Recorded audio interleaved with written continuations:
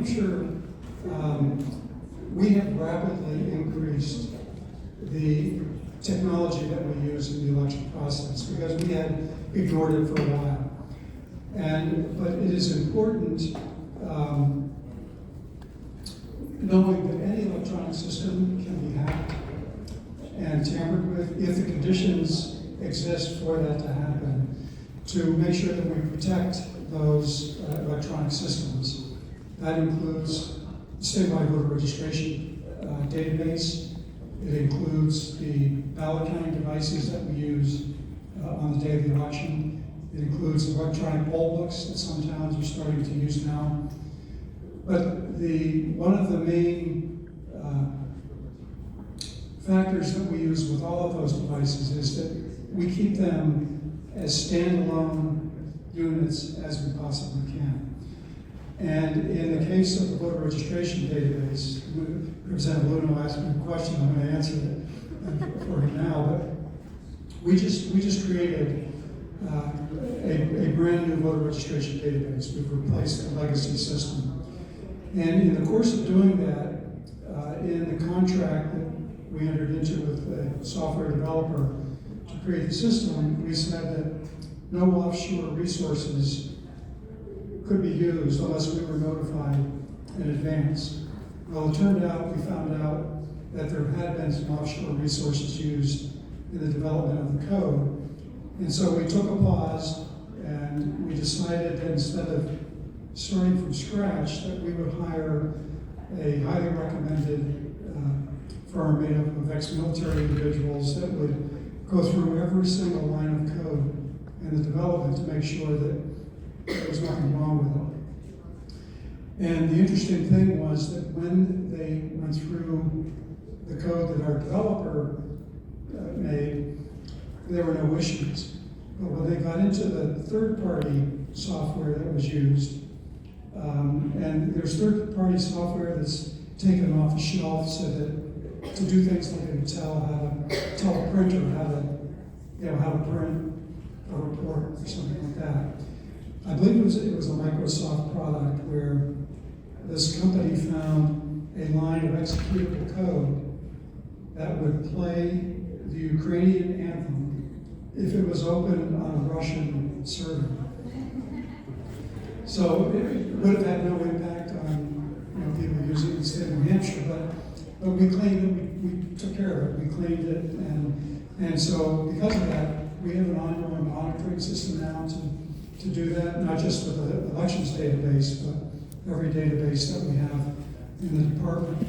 Unfortunately, there was a rumor that got to a reporter from Politico that said that in that process, there was code that was found that was accessible by Russian servers, which were being overseen by a person that was guilty of manslaughter in Russia or something like that. Sounded really bad. There was no truth to that whatsoever, and the reporter relied on an anonymous source to take that information and was trying to connect dots from things that happened in other states and thought that he had tied it to the state of New Hampshire, but that was just completely wrong. But from the standpoint of an election administrator, that's a really tough thing to fight because now, that news is out there, and with the political climate we have, those kind of things run wild, and that's why you have to, just check your social media content to make sure that it's accurate. The ballot counting machines, the Ballot Law Commission just approved a couple of new devices because the ones that we have been using are in some cases 30 years old.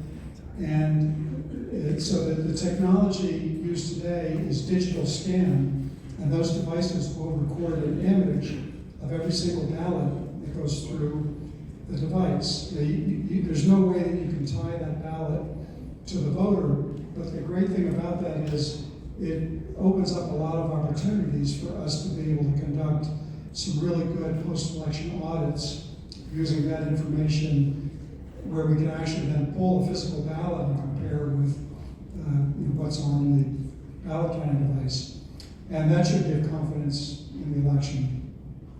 And those of you that are technologically inclined to know what open source software is, one of the two devices that the Ballot Law Commission approved uses open source software. So anyone that has the technical ability and the interest can actually look at the code used in that device to count the ballots to make sure that it was designed to count the ballots properly. And so, we're taking solid steps there. Those are all standalone units. They cannot be, they're not connected to Wi-Fi or the internet or anything. There's no modem capability in them. Even the external ports are disabled so that the only plug that comes out of it is the power cord. And then some towns are using electronic poll books now, which is a way to check in. A voter can get into the shortest line, check-in line. They don't have to do it by alphabet. And then at the end of the night, when the moderator closes out the polls and they turn off the e-poll book, the report is generated that instantly reports how many people checked in for that election and which party's ballot they took. And that saves the supervisors a checklist, hours of time counting the voters on each page of that. That device, the electronic poll book, has not been entirely certified yet.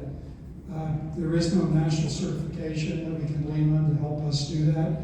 And so for the time being, we require the towns to also maintain a paper checklist so that if that device fails, we can go right back to the paper and just pick up right where we left off. One other important thing is, especially new voters, think about taking it to the next level and volunteering to work in the polling place. It is a really interesting experience, and you learn a lot. And when you see the many checks and balances that are at play in the polling place, that can give you personal confidence in that. And if you want to do it in Henniker, you can see Cordell. I'm sure he'll sign you right up.